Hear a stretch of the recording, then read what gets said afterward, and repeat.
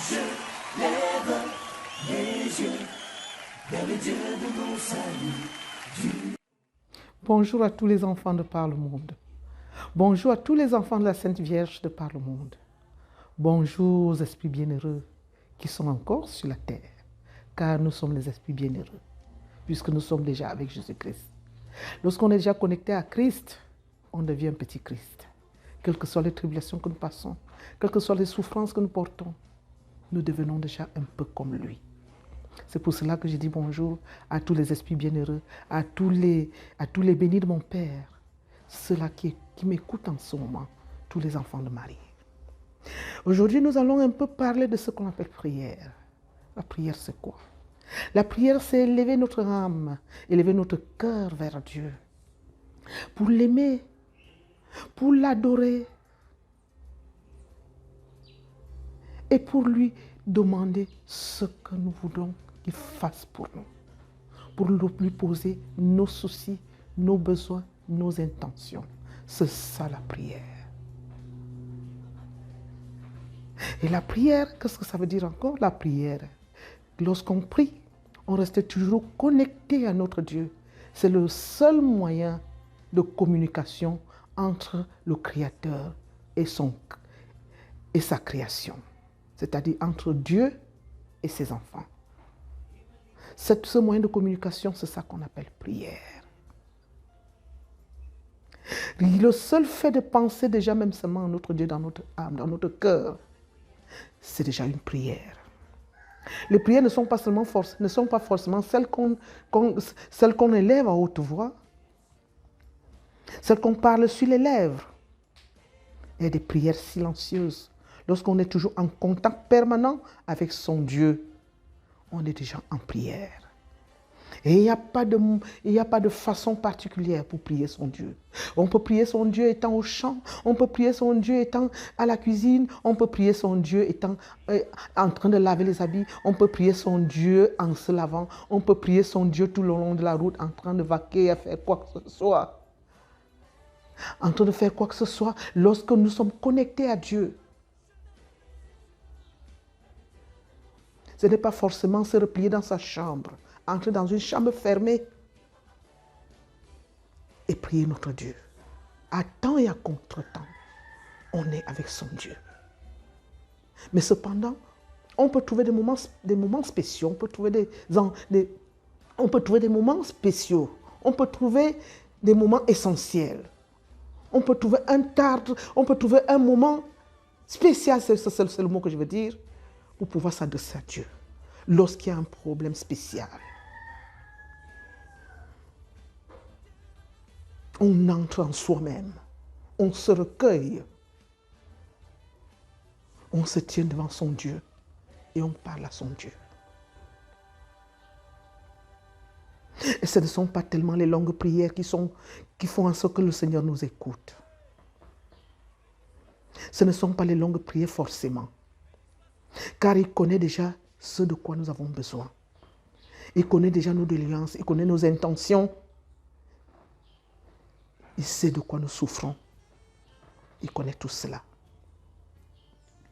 C'est pour cela donc, le seul fait de se regarder les yeux dans les yeux, et Dieu et nous, il nous comprend parfaitement. C'est ça qu'on appelle prière.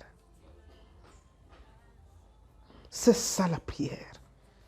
Rester toujours en contact permanent avec le ciel, c'est-à-dire notre Dieu. Parfois, nous vivons des situations, nous passons même notre chemin, nous vivons des situations, nous rencontrons des situations incroyables. Est-ce qu'on va sortir de son taxi pour se mettre à proclamer Dieu au bord de la route? Non. Non. Vous regardez la situation, vous regardez. Je l'ai dit dernièrement, vous regardez des gens qui sont en train de se battre. Vous regardez des situations devant lesquelles il n'y a aucune solution. Vous tournez votre regard vers la partie céleste. Vous tournez votre regard vers la partie céleste. Vous posez ce problème entre les mains de l'Éternel. C'est une façon de prier. Seigneur, regarde. Seigneur, vois. Seigneur, Seigneur, Seigneur, Seigneur. Certes, lorsque nous prions, ce n'est pas forcément dire que c'est pas seulement que lorsque nous avons des soucis ou des chagrins que nous devons prier notre Dieu, non. Prier d'abord Dieu, c'est d'entendre, comme je viens de vous le dire, c'est élever notre cœur, notre âme vers l'Éternel. Un peu comme pour le saluer, un peu comme pour l'adorer, un peu comme pour l'honorer, parce qu'il est Dieu. Et parler avec lui dans la discrétion de notre cœur.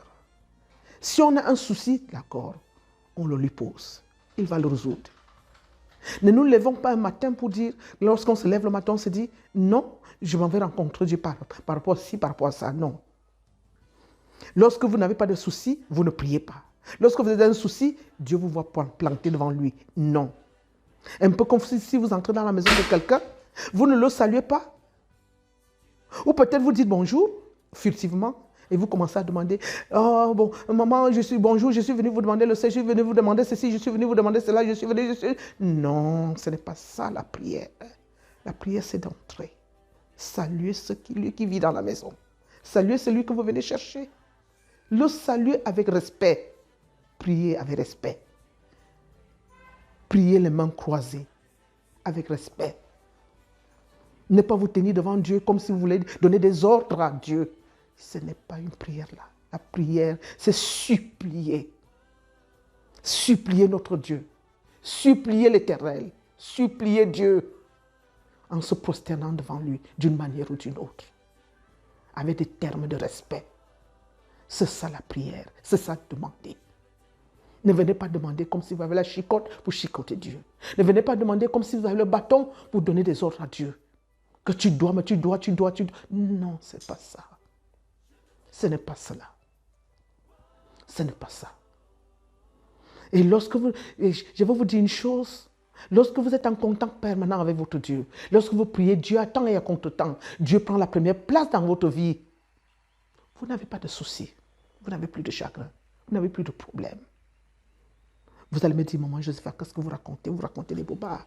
Vous ne savez pas que c'est plus qu'on prie, qu'on a plus de problèmes. Ce sont ceux qui suivent Dieu, ce sont ceux qui prient Dieu, qui ont tellement de problèmes. Je ne dis pas non. Je ne dis pas non. Au contraire, c'est vrai. Tous ceux qui prient sont très persécutés. Mais lorsque vous avez transcendé tout cela, vous avez mis Dieu au-dessus de tout. Tout passe comme de l'eau que l'on verse sur un canard. Tout passe comme de l'eau que l'on verse sur une terre aride.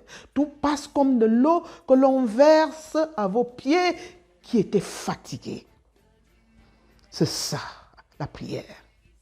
Ne venons pas vers lui parce que nous avons besoin d'un visa, nous avons besoin de ceci, nous avons besoin de cela. Oh Seigneur, tu vois ma cotisation, je n'ai pas encore cotisé. Non, vous vous prosternez devant l'Éternel. Vous souriez à Dieu. Bonjour Seigneur. Je suis venu ce matin pour te saluer, oh mon Dieu. Je suis venu ce matin, Seigneur Dieu Tout-Puissant, pour te dire que je t'aime, Seigneur. C'est une prière. Rien que le seul mot, je t'aime.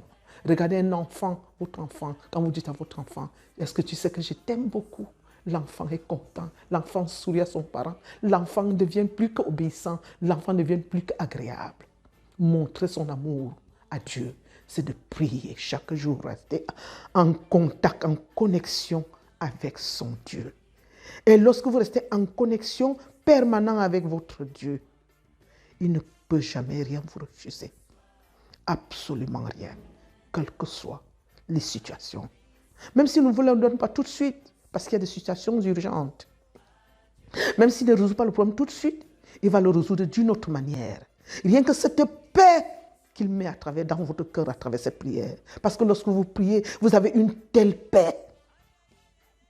Lorsque vous priez, vous avez une telle paix.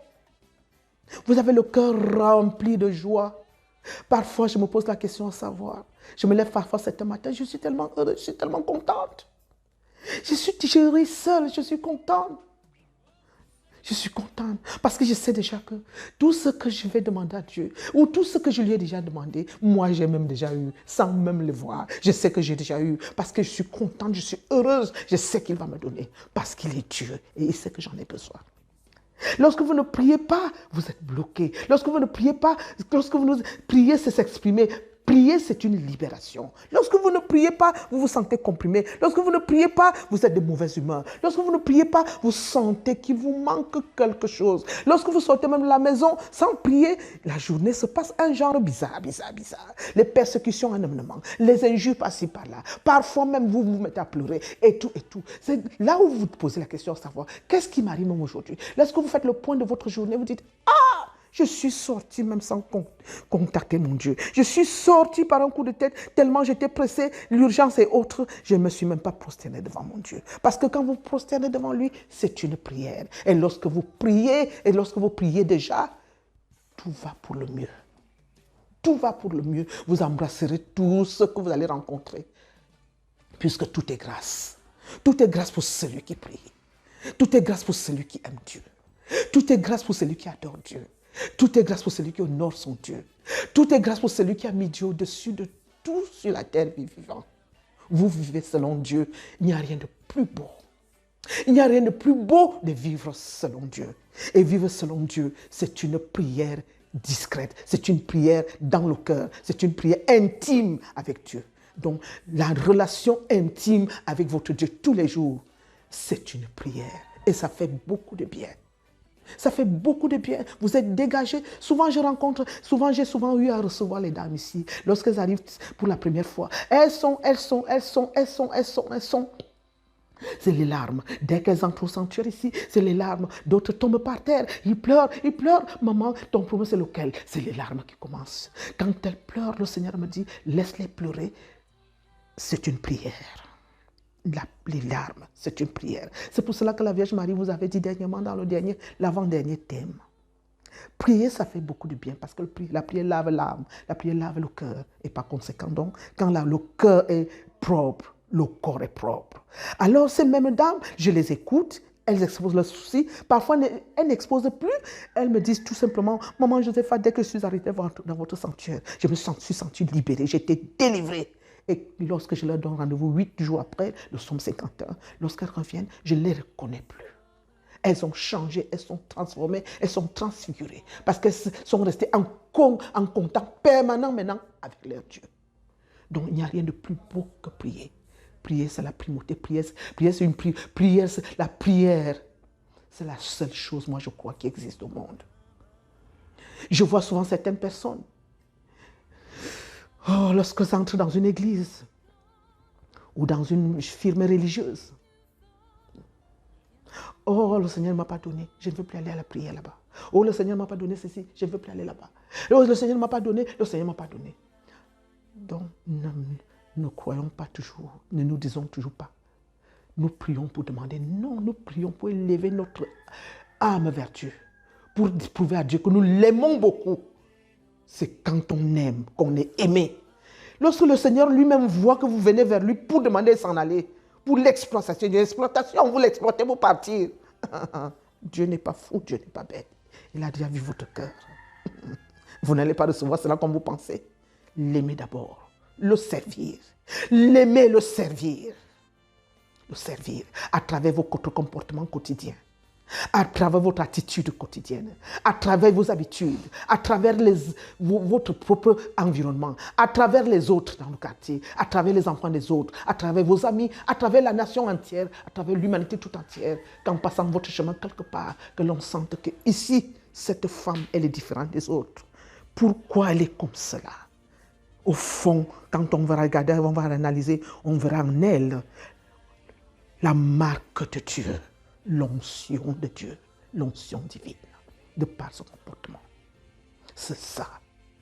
Aimer, Dieu a souvent dit, aime ton prochain comme toi-même. Moi, je ne peux pas reprendre Dieu parce que Dieu est Dieu. Aime ton prochain comme toi-même. Moi, je ne peux pas reprendre Dieu. Mais si j'avais quelque chose à ajouter, j'ai demandé au Seigneur de me pardonner par rapport à cela. Je lui dis toujours. Moi, je crois qu'il vaut mieux dire aimer son prochain plus que soi-même. Aimer son prochain plus que soi-même, c'est la perfection dans l'amour de Dieu. Oui. Quelqu'un entre dans votre maison. Et Dieu a donné à chacun à chaque personne quelque chose pour donner à l'autre. Toujours. On a toujours un morceau de macabo quelque part. On a toujours un fond de jus quelque part. On a toujours de l'eau quelque part. On a toujours. Même si ça reste le dernier morceau, quoi que ce soit, quelle joie de prendre et donner à celui-là qui est entré. Surtout ne posez pas de questions. Est-ce que tu veux manger? Ça, c'est un signe d'égoïsme caractérisé. Vous posez la tête sur la table, vous servez avec amour. Vous mettez tout le couvert. Vous l'invitez, venez manger ce que je vous ai gardé. Venez manger ce que je vous... Faites-moi plaisir, faites-moi ce plaisir de manger ce morceau de macabo. Même s'il n'avait pas faim, même si celui-là ne voulait vraiment pas manger, la seule façon que vous lui présentez cela, avec amour, il va le manger. C'est ça qu'on dit, aimer son prochain plus que soi-même. Ne vous posez pas la question à savoir, qu'est-ce que moi je vais rester manger après? Non, si vous posez la question à savoir, qu'est-ce que moi je vais manger, ce n'est plus l'amour qui vient de Dieu. L'amour qui vient de Dieu est spontané. On fait sans réfléchir. Dès que vous avez l'élan d'aller donner quelque chose, ne soyez pas freiné par cet élan en mi-chemin. Si vous êtes freiné, ce frein, c'est déjà le malin. L'élan que vous avez pris, c'est Dieu. Vous arrivez à mi-chemin, un autre cœur vous dit, ne le faites pas. Non, c'est déjà un deuxième esprit, c'est l'esprit malin. Soyez spontané. Faites-le comme ça, à désintéressement. Faites-le. Moi, parfois, si je vous dis que je suis parfois obligé de cacher pour donner, parce que mon environnement va dire, toi-même, tu vas manger quoi? Je me cache pour donner. J'ai toujours pris cet exemple lorsque ma maman vivait. Lorsque ma maman vivait, ce n'est pas d'aujourd'hui. Je suis né à Obala. Nous sommes de là-bas, originaires d'Obala. Obala, c'est une ville banlieue, à côté de Yaoundé, à 30 km de Yaoundé. Nous avons grandi. J'ai l'impression que j'ai commencé mon ministère, j'avais 2 ans, 3 ans, 4 ans, 5 ans, 6 ans. Souvent, on jouait avec les amis. De temps en temps, si je pouvais avoir l'occasion de jouer un peu. Vous allez voir, mon ami va dire, oh Josepha, tu me donnes cette nourriture, comment tu as su que nous n'avons pas mangé? Je dis, ah, qu'est-ce qui s'est passé, pourquoi tu n'as pas mangé? Il dit, nous n'avons pas eu de nourriture. Je lui dis, ah, mange donc tout. C'est comme ça de temps en temps quand j'avais entre 8 ans et 12 ans et 13 ans. Moi, j'ai sillonné le quartier. J'allais chez mes amis, faisant semblant de vouloir jouer aussi un peu pour me détendre. Bien que je ne jouais pas beaucoup parce que mes parents avaient toujours besoin de moi par rapport à ci, par rapport à ça. Telle personne est venue me voir, telle maman est venue me voir pour que je porte son bébé et autres. Mais de temps en temps, je me volais, je me violais, je partais. Je faisais le tour du quartier, je rentrais maison par maison, maison par maison. Parfois, je n'avais même pas besoin de sortir, je restais même à la maison. Je regardais. Quand je regardais là où la fumée ne s'élève pas, je sais qu'on n'a pas préparé. Parce qu'à notre temps, il n'y avait pas encore les gaz et tout comme il y a maintenant. C'était le feu de bois. Et chaque maison, là où il y avait à manger, là où on faisait la cuisine, le feu de bois, la fumée s'élevait.